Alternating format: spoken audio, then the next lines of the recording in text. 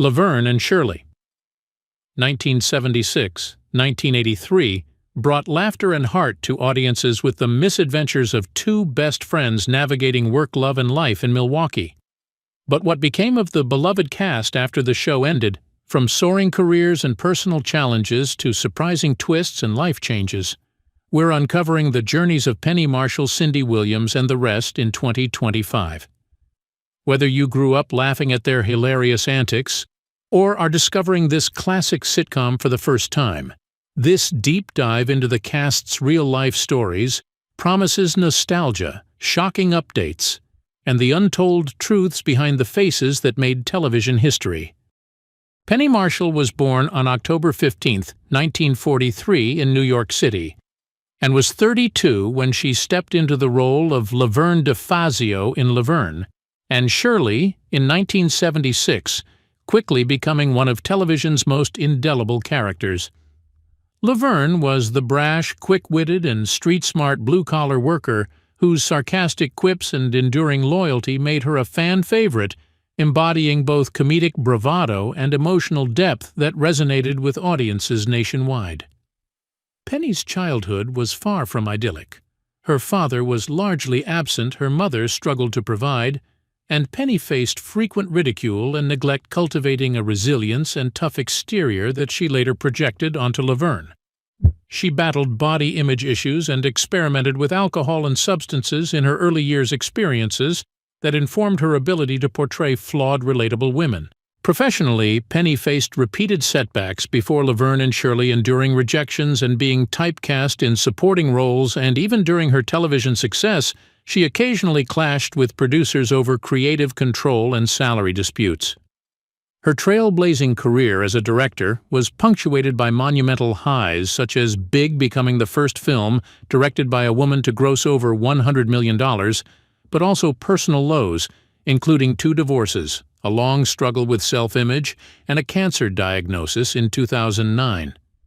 Her off-screen life reflected both brilliance and turbulence. She was known for sharp wit, a commanding presence, and mentoring younger actors while navigating Hollywood's male-dominated hierarchy.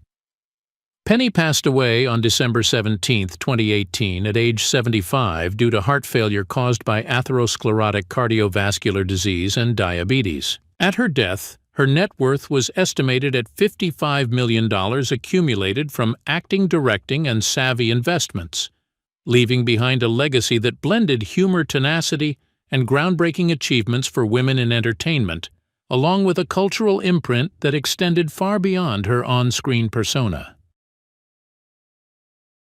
David L. Lander was born on June 22, 1947, in Brooklyn, New York, and was 29 when he debuted as Andrew Squiggy Squigman in Laverne and Shirley in 1976, a character whose eccentricity, nasal voice, and bizarre comedic timing made him a standout and cemented his status as a cult favorite.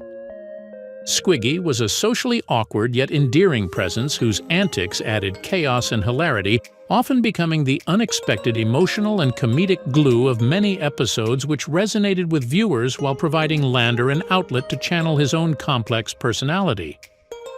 His childhood was fraught with hardship, growing up in an economically challenged household.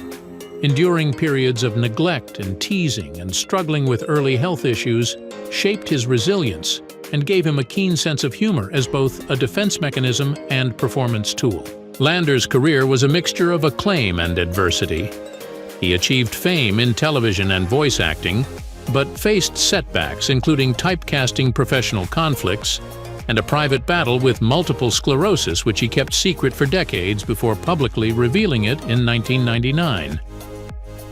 Off-screen, he grappled with depression and the physical limitations imposed by his illness, yet he remained a vibrant presence in the entertainment industry, writing a memoir titled Fall Down Laughing to chronicle his struggles and resilience, exposing a darker side behind his comedic persona.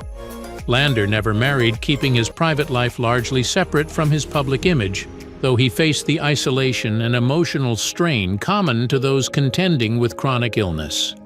He died on December 4, 2020, at age 73, from complications of multiple sclerosis leaving an estate valued at approximately $1. $5 million modest in comparison to his cultural impact, reflecting a career defined by eccentric brilliance, enduring fan affection, and the triumph of creativity and perseverance over personal hardship.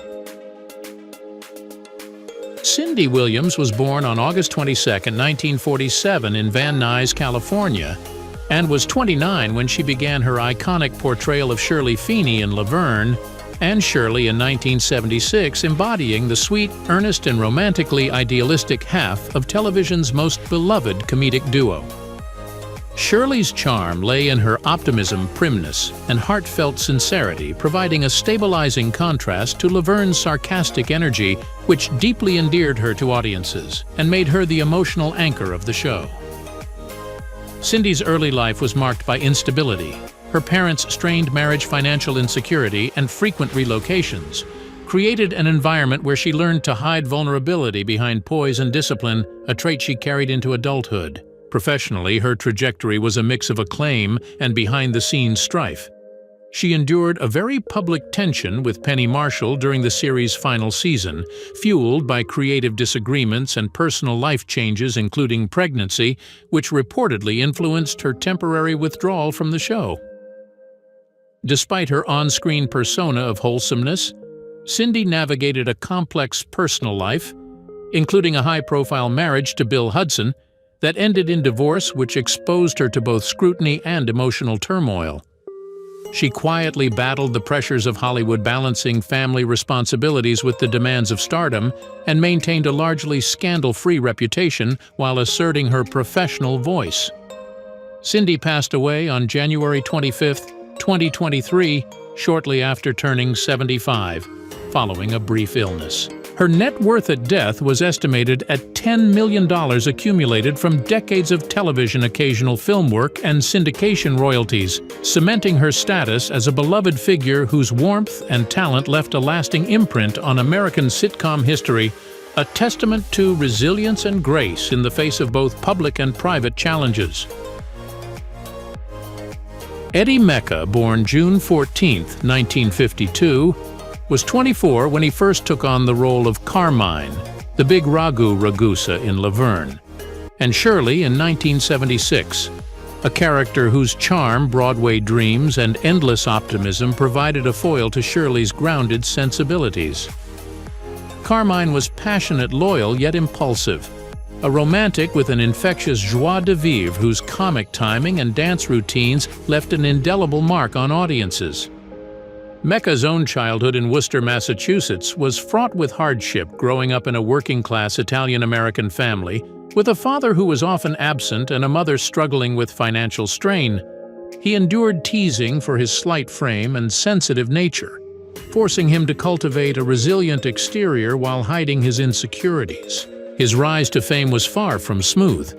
Mecca grappled with the crushing weight of typecasting, repeatedly passed over for serious, dramatic roles, and at one point publicly admitted that he felt haunted by his character, almost imprisoned by Carmine's persona.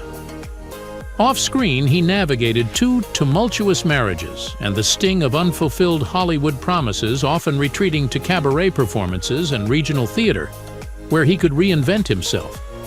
Mecca's social life included occasional clashes with co-stars stemming from his perfectionism and deep frustration at being pigeonholed, though he never courted scandal beyond these minor professional tensions. Despite these obstacles, he remained beloved for his warmth, generosity, and dedication to his craft. Tragically, Mecca passed away on November 27, 2021, at age 69, of undisclosed causes, leaving behind a legacy defined by charm and perseverance. His net worth at death was estimated at approximately $500,000, reflecting decades of regional theater cabaret work and television royalties, a modest sum in comparison to his cultural imprint, but a testament to a career marked more by artistry than wealth. Phil Foster, born March 29, 1913, was 63 when he embraced the role of Frank DeFazio Laverne's no-nonsense, boisterous father in 1976, embodying a figure whose blend of gruffness and warmth anchored the show's familial humor. Frank was loud, opinionated, yet endlessly devoted a character whose advice and antics resonated with viewers for their authenticity and relatability. Foster's own upbringing in Brooklyn was far from idyllic. He was the youngest of 7 children in a working-class household, often subjected to verbal taunts at school and the harsh realities of financial instability, which instilled in him a sharp wit and a survivalist humor that would later define his comedic style. His career spanned vaudeville, stand-up, and television, yet it was not without turmoil. Foster battled alcoholism, which occasionally led to missed performances and tension with colleagues, and his blunt, unfiltered humor sometimes caused friction with producers, though it never escalated into public scandal. His professional path also saw periods of obscurity between major gigs, highlighting the precariousness of mid-20th century show business. Personal life challenges included navigating an intense devotion to his craft while managing a family and avoiding the pitfalls of fame. He remained married and devoted to his children, striving to shield them from the vicissitudes of his industry. Foster passed away on July 8, 1985, at age 72. From a heart attack, leaving behind a legacy of mentorship, most notably to Gary Marshall, and a trail of comedic influence that extended well beyond his lifetime. While his exact net worth remains unknown, it is likely modest, consistent with the era and his focus on performance over accumulation of wealth. Foster's life underscores the duality of show business public success paired with private struggle and the enduring impact of a performer whose personal demons were largely contained behind the curtain of humor and stagecraft. Lynn Marie Stewart, born December 14, 1946, was 31 when she first appeared on Laverne and Shirley in 1977, taking on a rotating series of roles such as Barbara Tedesco and other quirky, memorable characters. Stewart's talent for blending eccentricity with emotional warmth made her a standout even in minor parts, endearing her to audiences while allowing her to experiment with comic timing and improvisation that few of her peers could match. Growing up in Madison, Wisconsin, Stewart experienced a childhood filled with financial constraints and social ridicule. Teased for her unconventional looks and outspoken nature, she found solace in performance, often hiding her insecurities behind humor and mimicry. Her career trajectory was eclectic. She trained with the Groundlings, performed in edgy stage productions, and took on television sketches that occasionally courted controversy for pushing the boundaries of taste and propriety. Yet Stewart always maintained a professional rigor that kept her employed across decades. Despite her public visibility, she never married or had children, instead cultivating deep personal relationships with fellow performers, mentoring young actors, and remaining fiercely loyal to her craft. Health challenges, including chronic illness in later life, never fully dimmed her dedication to performance and teaching, and she remained active in improv communities until her passing. Stewart died on February 21, 2025, at age 78. Cause undisclosed, leaving an estimated net worth of $2 million derived from years of steady work in television, stage, and comedy education. Her legacy is both creative and instructive, a fearless performer whose life was defined by dedication, innovation, and a willingness to embrace the unconventional, leaving behind an indelible mark on comedy and performance training. Betty Garrett, born May 23, 1919, was 57 when she joined Laverne and Shirley in 1976 as Edna Babish, the vivacious, sharp-witted landlady whose romance with Frank DeFazio brought both comic levity and emotional depth to the series. Edna was flirtatious, assertive, and unafraid to challenge conventions, traits Garrett infused with charm and theatrical timing, ensuring that the character was both memorable and integral to the show's dynamic. Garrett's early life in St. Joseph, Missouri was fraught with difficulty. Raised in a family that struggled with financial instability, she faced ridicule for her unconventional aspirations in the performing arts and experienced the emotional isolation of pursuing a career path that was both ambitious and controversial for women of her era. Her professional life was marked by extraordinary highs and perilous lows, most notably her blacklisting during the McCarthy era, which decimated her film career and forced her into theater and television to maintain her livelihood. This period was characterized by personal and professional strain, including navigating the political tensions of Hollywood while defending her beliefs and enduring the stigma associated with alleged communist sympathies. Garrett's private life included the challenges of maintaining marriages and family ties amid these pressures, although she remained steadfastly committed to her craft and supportive of her peers. She died on February 12, 2011, at age 91 from an aortic aneurysm, leaving behind an estate estimated at $3 million accumulated through decades of perseverance in theater, film, and television. Garrett's life exemplifies resilience and courage. She transformed professional adversity and political persecution into a sustained, influential career, leaving a legacy that highlights both the perilous undercurrents of Hollywood and the triumphs of an artist committed to her art against formidable odds. Her story remains a testament to the capacity for creativity and determination to flourish even under systemic oppression, offering an enduring inspiration to performers navigating the complexities of fame and ideology. Michael McKean, born October 17, 1947, was 29 when he began portraying Lenny Kosnowski on Laverne and Shirley in 1976, forming one half of the infamous comedic duo Lenny and Squiggy, whose absurd antics, chaotic energy, and oddball logic became emblematic of 1970s television comedy. Lenny's personality was a mixture of goofy loyalty and streetwise opportunism, making him simultaneously lovable and exasperating, a dynamic that kept audiences enthralled and cemented McKean's status as a master of physical comedy and improvisation. His early life in New York City was punctuated by modest means, familial instability, and frequent teasing for his lanky frame and idiosyncratic humor, which forced him to seek validation and self-expression through performance music and wit. Professionally, McKean navigated the highs of television fame and the challenges of sustaining a long-term career in an industry fixated on novelty, facing occasional rejections, creative disagreements, and periods of relative obscurity. Off-screen, he is recognized for his intellect and occasional bluntness in interviews, unafraid to challenge industry norms or engage in rigorous artistic debate, yet he has avoided scandal, maintaining a relatively private personal life. He married Annette O'Toole in 1999, establishing a stable home life after years of industry uncertainty.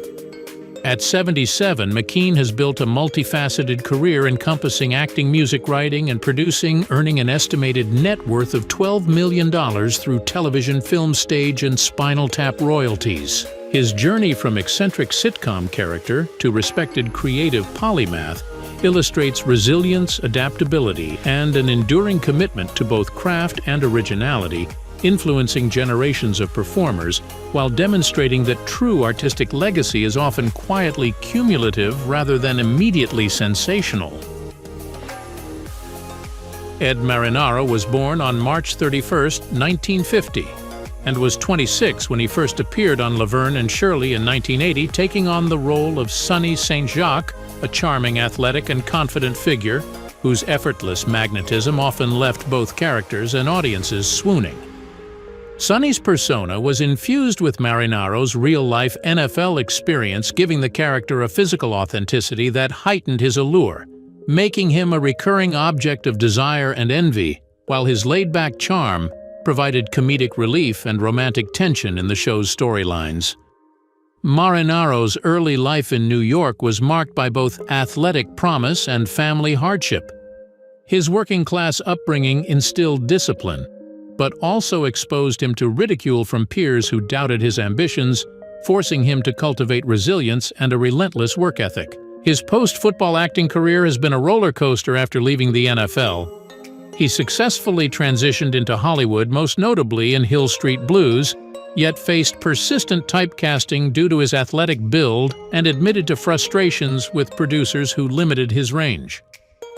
Marinaro's personal life has been largely stable, marrying fitness expert Tracy York in 2001, though he has spoken candidly about the pressures of balancing fame with private ambitions and the occasional isolation of being typecast as a heartthrob.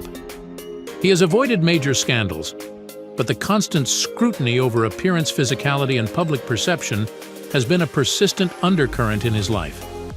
At 75, his net worth is estimated at $3 million, reflecting both earnings from professional sports and acting as well as long-term investments. Marinaro's journey illustrates the challenges of reinventing oneself beyond a single public identity, highlighting perseverance, adaptability, and a steadfast commitment to personal and professional growth. Leslie Easterbrook was born on July 29, 1948, and was 32 when she joined Laverne Shirley in 1980, portraying Rhonda Lee, a glamorous and ambitious aspiring actress whose vanity-sharp tongue and flair for drama often clashed with Laverne Shirley's working-class world. Rhonda's presence on the show injected tension and comic chaos, making her both envied and resented by viewers for her confidence and relentless pursuit of attention, while her melodramatic antics highlighted the contrast between superficial charm and authentic friendship. Easterbrook's own childhood in Wyoming was far from easy. Raised in a modest household with limited financial means, she faced constant teasing for her height and athletic build, learning early to mask insecurity with humor and poise. Her career trajectory has been marked by both accolades and controversy, while she achieved fame with Police Academy and her enduring action persona. She attracted criticism in Hollywood for outspoken political stances, particularly her staunch support of gun rights and service on the NRA board, which alienated some peers. Despite public admiration, Easterbrook has admitted privately to struggling with typecasting, the frustration of roles that didn't challenge her, and the occasional tension with co-stars who found her assertiveness intimidating. Her personal life has been relatively private, though she has discussed the pressures of maintaining an image of perfection amid Hollywood scrutiny. Financially, at 77, she has amassed an estimated net worth of $2 million derived from acting endorsements and conventions, reflecting a career that balances fame, controversy, and longevity. Easterbrook's story is one of resilience and unapologetic self-expression, a woman navigating the treacherous waters of television stardom while embracing her convictions' aesthetic and personal brand, leaving a legacy of memorable performances intertwined with bold individuality. Harry Shearer was born on December 23, 1943, and was 33 when he began appearing in Laverne Shirley in 1976, taking on various minor and often idiosyncratic roles such as announcers or quirky background characters. These small but memorable appearances showcased Shearer's versatility and foreshadowed his later success as a voice actor and satirical performer. The characters he played provided subtle comic commentary and enriched the world of the show, giving audiences glimpses of a sharply observant, often sardonic performer who could elevate even the smallest scene with nuance and timing. Shearer's childhood in Los Angeles was punctuated by economic constraints and a complex family dynamic. He grew up in a modest household where intellectual curiosity clashed with limited resources, forcing him to develop wit, resourcefulness, and a propensity to channel personal insecurities into performance. Professionally, Shearer has enjoyed immense success, yet his path has been turbulent. He walked off Saturday Night Live twice due to creative disputes, feuded with producers of The Simpsons over contract negotiations, and occasionally clashed with colleagues over his uncompromising artistic vision. Despite this, his sharp intellect, biting humor, and talent for voicing multiple characters, including Mr. Burns' Ned Flanders, and many others, have cemented his legacy in entertainment. Shearer has also navigated the tricky balance of fame and privacy, revealing personal struggles with anxiety and perfectionism while maintaining a reputation for brilliance and eccentricity. At 81, his net worth is estimated at $85 million, a testament to decades of work in voice acting, writing, and live performance. Shearer's story underscores the tension between creative genius and professional friction, illustrating how unwavering commitment to craft can yield extraordinary influence while leaving a trail of whispered controversies and colorful anecdotes in its wake. Henry Winkler was born on October 30, 1945, and at age 31 he appeared on Laverne Shirley from 1976 to 1979 as Arthur Fonzie Fonzarelli, the archetype of cool whose leather jacket, motorcycle swagger, and underplayed charm became a cultural phenomenon. Fonzie's persona, smooth, rebellious, yet loyal, confident, yet vulnerable, provided a counterbalance to the comedic chaos of Laverne and Shirley, making him both a heartthrob and a moral anchor for viewers. Winkler's early life was riddled with private struggle. He grew up in an immigrant family in New York City, grappling with severe dyslexia that led to academic humiliation, intense self-doubt, and persistent feelings of inadequacy, which he concealed through humor and charm. Professionally, Winkler faced multiple hurdles before and during Happy Days and crossover projects like Laverne and Shirley, including industry skepticism about his comedic timing typecasting concerns, and the stress of maintaining a public persona so different from his private vulnerabilities. Off-screen, he has built a stellar career writing best-selling children's books and advocating passionately for learning disabilities, though his personal life included periods of private marital strain and the constant tension of public scrutiny. Winkler's ability to transform early adversity into a relatable, enduring television icon underscores his resilience. As of 2025, at 79, he remains active in acting, writing, and philanthropy, with a net worth of approximately $40 million accrued through decades of television royalties, acting roles, and literary ventures, reflecting both his talent and strategic management of fame, all while continuing to inspire new generations with his story of perseverance. Vicki Lawrence was born on March 26, 1949, and at age 30 she joined Laverne and Shirley in 1979 as Sergeant Alvinia T. Plout, the formidable, hilariously intimidating drill instructor whose booming voice and over-the-top authority brought both fear and laughter to the show. Alvinia was uncompromising, sarcastically sharp, and absurdly commanding, often testing Laverne and Shirley's patience while stealing the spotlight with her sheer presence. Lawrence's own childhood was a blend of resilience and hardship. Growing up in a modest Chicago household, she faced financial strain, teasing from peers, and the constant pressure to perform academically and socially despite early struggles with shyness. She developed an early talent for mimicry and comedy, which became her emotional refuge and eventual career path. Her professional journey was marked by both acclaim and challenge. She faced the notoriously male-dominated world of television comedy, contending with studio politics, typecasting, and occasional marginalization. And her stint on variety shows required an almost brutal stamina under grueling schedules. While she avoided scandal, Lawrence candidly discussed the gender bias she encountered, and she overcame early insecurities that could have derailed her trajectory. Personally, she balanced a demanding career with marriage and motherhood, enduring the strain of public expectations and media scrutiny while maintaining her family life largely out of tabloid reach. Lawrence's adaptability and creative versatility extending to her music career with the hit "The Night the Lights Went Out in Georgia," and her iconic role as Mama in Mama's Family allowed her to secure financial stability. As of 2025 at 76, she continues performing, producing, and engaging with audiences with an estimated net worth of $10 million, a testament to her enduring talent, professionalism, and the careful management of her diverse entertainment ventures. Thank you for joining us on this nostalgic journey through classic television history.